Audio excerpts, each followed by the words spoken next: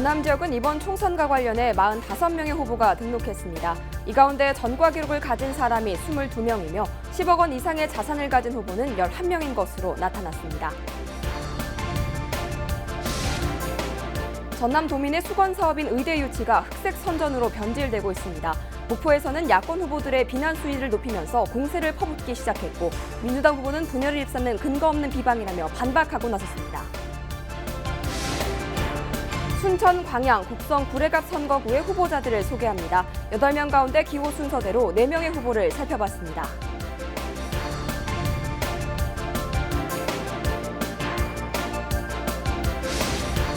전라남도에서 코로나19 확진자 4명이 발생했습니다. 확진자는 무안과 순천, 여수 등 모두 4명으로 서울 구로 만민교회 접촉자와 해외 입국자인 것으로 나타났습니다.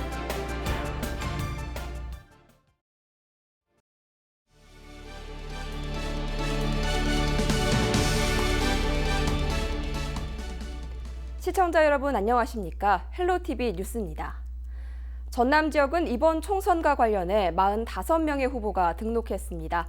이 가운데 전과 기록을 가진 사람이 22명이며 10억 원 이상의 자산을 가진 후보는 11명인 것으로 나타났습니다. 후보자들의 주요 이력을 박종호 기자가 정리했습니다. 전라남도는 지난 20대 총선에서 51명이 등록해 5.1대 1의 경쟁률을 보였지만 이번 선거는 7명이 줄어들어 4.5대 1을 기록했습니다. 후보자가 가장 많이 등록한 지역은 순천, 광양, 곡성, 구례갑으로 8명의 후보가 등록을 마쳤습니다. 45명 후보 가운데 여성은 모두 3명으로 전체 6.7% 수준입니다. 지난 20대 선거와 비교하면 전남은 1명에서 3명으로 증가했습니다. 역대 전남 지역 국회의원 선거를 살펴보면 여성 후보가 당선된 사례는 단 한 차례입니다. 지난 9대 총선에서 1명의 여성 후보자가 당선됐습니다. 전남 후보자 45명 가운데 전과 기록을 가진 사람은 22명입니다. 폭력 전과는 대부분 집회나 시위 전력이지만 한 후보는 청소년 강간 등의 전과가 있습니다. 음주운전은 5명이며 음주운전 3건의 무면허 운전을 한 후보도 있었습니다. 또 남성 후보자 가운데 군 복무를 마치지 않은 사람은 8명인 것으로 나타났습니다. 세금 체납액이 있는 후보는 단 1명이며 후보자 11명이 10억 원 이상의 재산을 신고했습니다. 이 가운데 30억 원대가 1명, 20억 원대 6명, 10억 원대 4명 등입니다. 재산이 마이너스인 후보자는 모두 4명으로 개인사업 종사자들인 것으로 나타났습니다. 21대 전라남도 국회의원 선거 후보자들의 정보는 중앙선거관리위원회 선거 통계 시스템에서 확인할 수 있습니다. 헬로티비 뉴스 박종호입니다. 전남 도민들의 수건 사업인 의대 유치가 흑색 선전으로 변질되고 있습니다. 최근 전남 동부권에서 열린 민주당 행사에서 서남권 총선 후보들이 동남권 의대 추진이란 문구가 적힌 현수막 앞에서 사진을 찍은 게 화근이 된 건데요. 목포에서는 야권 후보들이 비난 수위를 높이면서 공세를 퍼붓기 시작했고 민주당 후보는 분열을 일삼는 근거 없는 비방이라며 반박하고 나섰습니다. 보도에 고정민 기자입니다. 최근 순천에서 열린 민주당 행사. 그런데 당시에 찍은 사진 한 장이 전남 서남권에서 논란거리로 떠올랐습니다. 이낙연 상임선대위원장과 전남 지역 선거구 10곳의 후보자들 뒤로 전남 동남권 의대 설립 추진이 결성식이라는 문구가 적힌 현수막이 내걸린 겁니다. 야권에선 전남 동부권과 서부권이 치열한 유치 경쟁을 벌이는 상황에서 목포 총선 후보가 행사에 참석한 건 무책임한 행동이라고 지적했습니다. 목포시 후보가 경쟁 구도에 놓인 의대 유치 문제를 놓고 순천의 손을 들어준 격이라는 겁니다.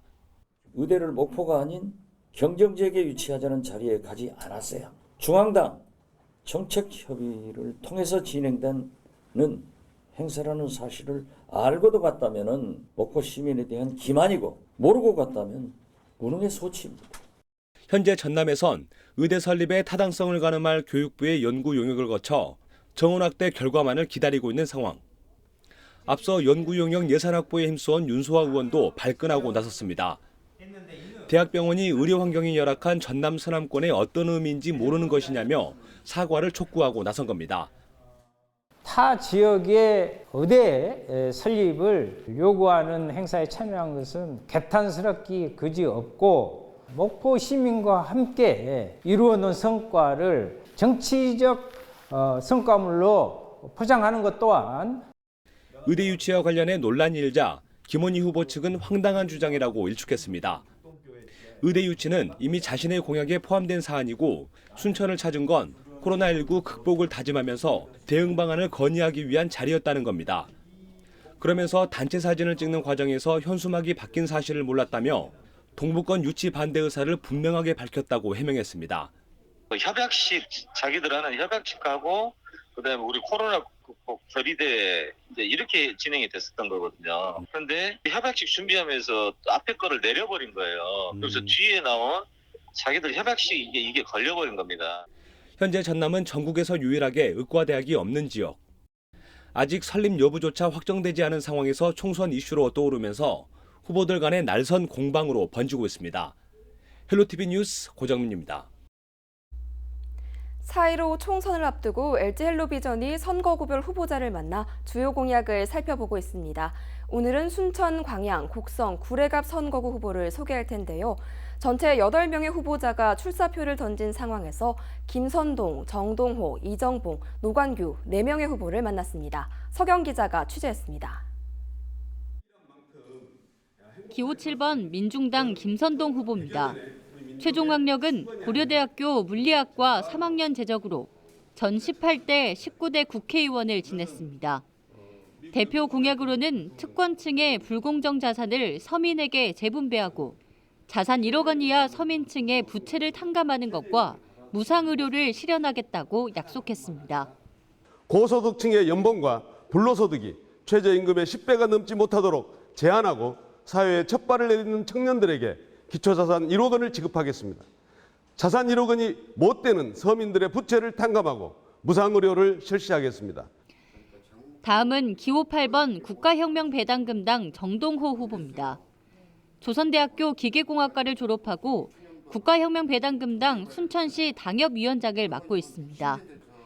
주요 공약으로는 국회의원 수를 100명으로 축소하고 무보수 명예직으로 전환한다는 것과 결혼부를 신설해 결혼 시 주택자금 포함 3억 원 지급, 출산 시 아이 1명당 5천만 원 지급, 65세 이상 노인에게 매달 70만 원 지원을 약속했습니다. 결혼할 때마다 결혼수당이라 해서 남녀 각각 5.1억을 받습니다. 국가에서 지원해주고요. 그 다음에 또 집이 있어야 결혼생활 할 거 아닙니까? 그다음 무이자, 영구 무이자 2억 원을 주택자금 2억 원을 무융자 지원합니다. 세 번째로 기호 9번 기독자유통일당 이정봉 후보입니다.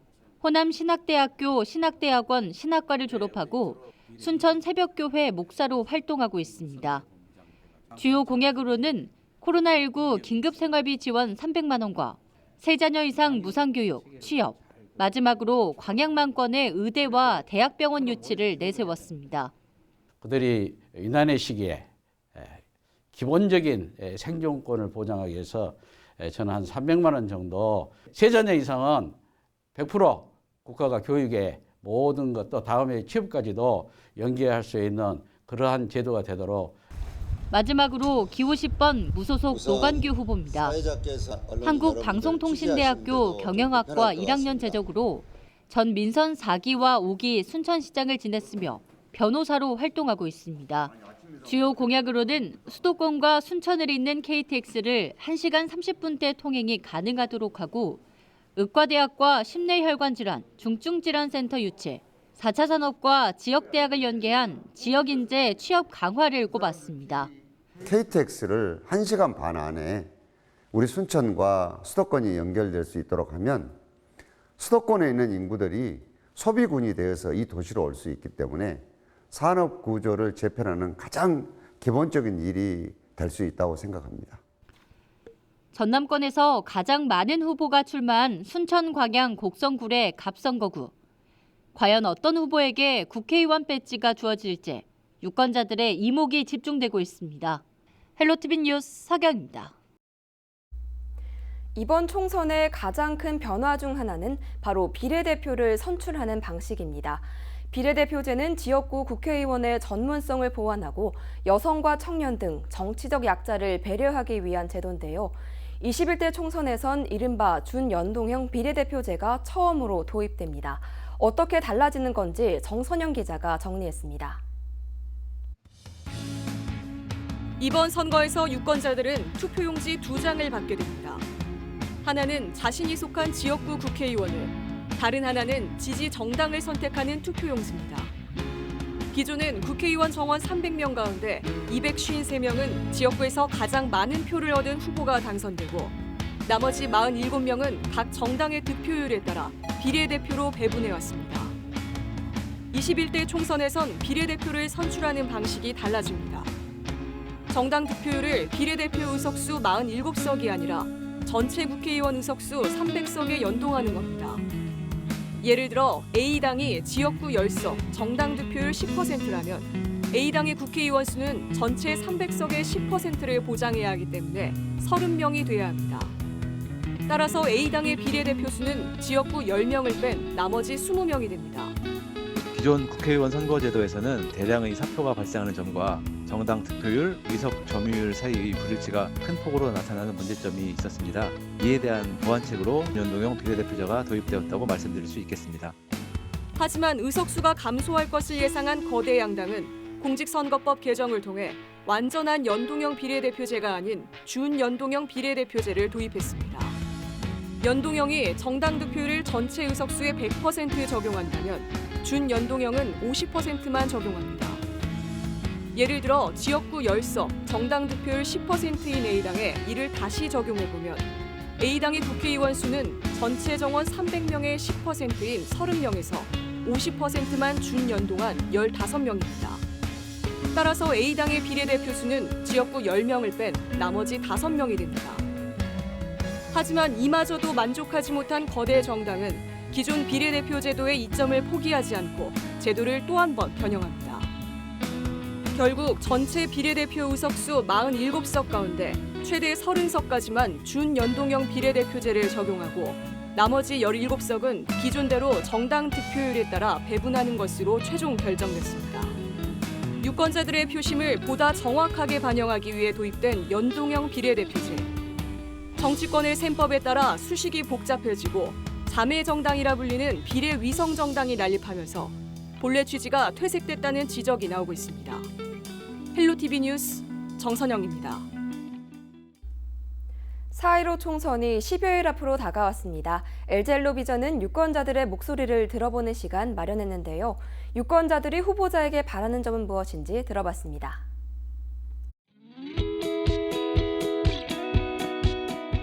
나라를 위해서 저희들의 의견을 대신해서 더 발전시켜주고 열심히 해주실 수 있는 분들. 올해 처음으로 이제 투표를 할 수 있어서 저는 잘 모르겠지만 선거운동 때만 나오셔서 막 홍보하기보다는 당선되셔서도 열심히 그 말을 지켜주시고 코로나 이번 대응도 잘 해주셨으면 좋겠습니다. 우리 목포 시민을 위해서 활동성 있고 또 이렇게 또 부족한 점이 있으면은 또 끌어와서 우리 목포 시민이 참말로 마음 놓고 살 수 있는 그런 힘이 될 수 있는 시민이 됐으면 좋겠어요. 당선되신 분들이 목포 시민을 위해서 정말로 목포 시민이 살아가는데 부족함이 없도록 자기 최선을 다해서 봉사해주는 그런 국회의원이 됐으면 좋겠습니다.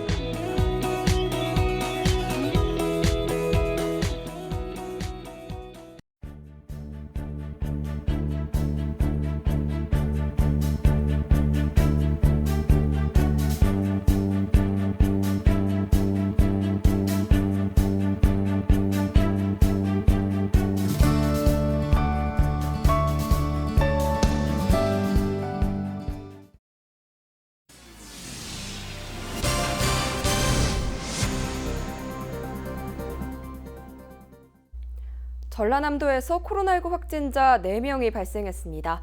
확진자는 무안과 순천, 여수 등 모두 4명으로 서울구로 만민교회 접촉자와 해외 입국자인 것으로 나타났습니다. 전남 10번 확진자는 순천에 거주하는 40대 남성으로 영국에서 파견 근무를 하다 최근 귀국해 양성 판정을 받았습니다. 11번 확진자는 무안에 살고 있는 91세 여성으로 서울구로 만민교회 확진자의 접촉자로 나타났습니다. 또 12번 확진자는 영국에 거주했던 20대 여성으로 최근 귀국해 양성 판정을 받았고 13번 확진자는 12번 확진자의 지인으로 함께 입국한 스페인 국적의 20대 남성입니다. 전라남도는 감염 경로와 접촉자 등에 대한 역학조사를 진행하고 있습니다.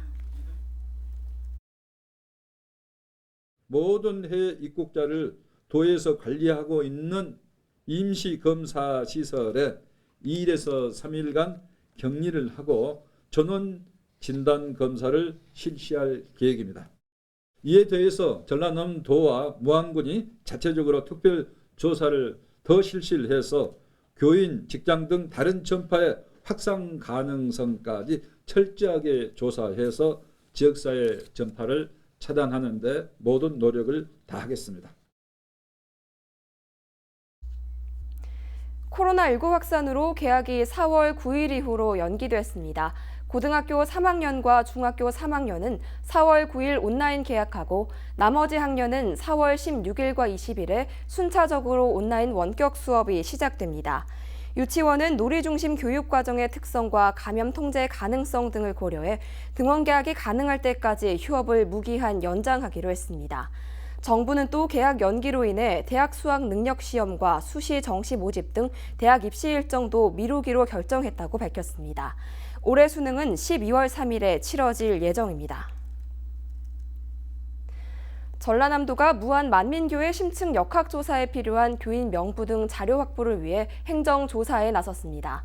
전라남도는 확진자의 감염원과 이동 경로를 파악하고 지역 확산을 사전에 차단하기 위해 행정조사를 추진한다고 설명했습니다. 이번 조사는 역학조사관을 투입해 교인 명부와 집회 참석자 명단 등을 조사할 예정입니다. 행정조사 기본법에 따라 거짓 진술과 은폐를 방지하기 위해 출입 조사를 실시해 조사에 불응할 경우 감염병의 예방 및 관리에 관한 법률에 따라 고발 조치할 방침입니다. 목포시가 자가격리 의무를 어긴 무단 이탈자를 고발 조치하기로 했습니다. 목포시는 지난 3월 24일 코로나19 확진 판정을 받은 전남의 7번째 확진자와 접촉한 58살 A씨가 자가격리 의무를 어기고 자택을 벗어나 공원을 돌아다닌 사실을 확인했다고 밝혔습니다. A씨는 목포에 있는 모 내과의원에서 진료를 받기 위해 7번째 확진자와 같은 시간에 머물렀던 사람으로 3월 24일부터 4월 7일까지 자가격리 의무를 이행해야 합니다. 계속해서 포근한 봄 날씨가 이어지겠습니다. 우리 지역 아침 기온 7도에서 출발해 한낮 기온은 15도까지 오르겠습니다. 새벽부터 아침 사이에는 남해안 지역에 5mm 안팎의 비가 조금 내리겠고 일부 지역에서도 빗방울이 떨어지는 곳들이 있겠습니다. 주간 날씨입니다. 대체로 맑고 포근한 가운데 일교차가 큰 봄 날씨가 이어지겠습니다. 바다 날씨입니다. 바다의 물결은 먼 바다에서 최고 2.5m로 다소 높게 일겠습니다. 생활 날씨입니다. 대기 정체로 국내 발생 미세먼지가 축적되고 오전에 국외 미세먼지가 추가적으로 더해져 미세먼지 농도가 일시적으로 나쁨 수준까지 오르겠습니다. 내일도 마스크 착용 잊지 마시기 바랍니다. 낮에는 기온이 큰 폭으로 오르지만 아침 저녁으로는 쌀쌀합니다. 큰 일교차의 옷차림과 건강관리도 각별히 유의하시기 바랍니다. 지금까지 날씨 전해드렸습니다.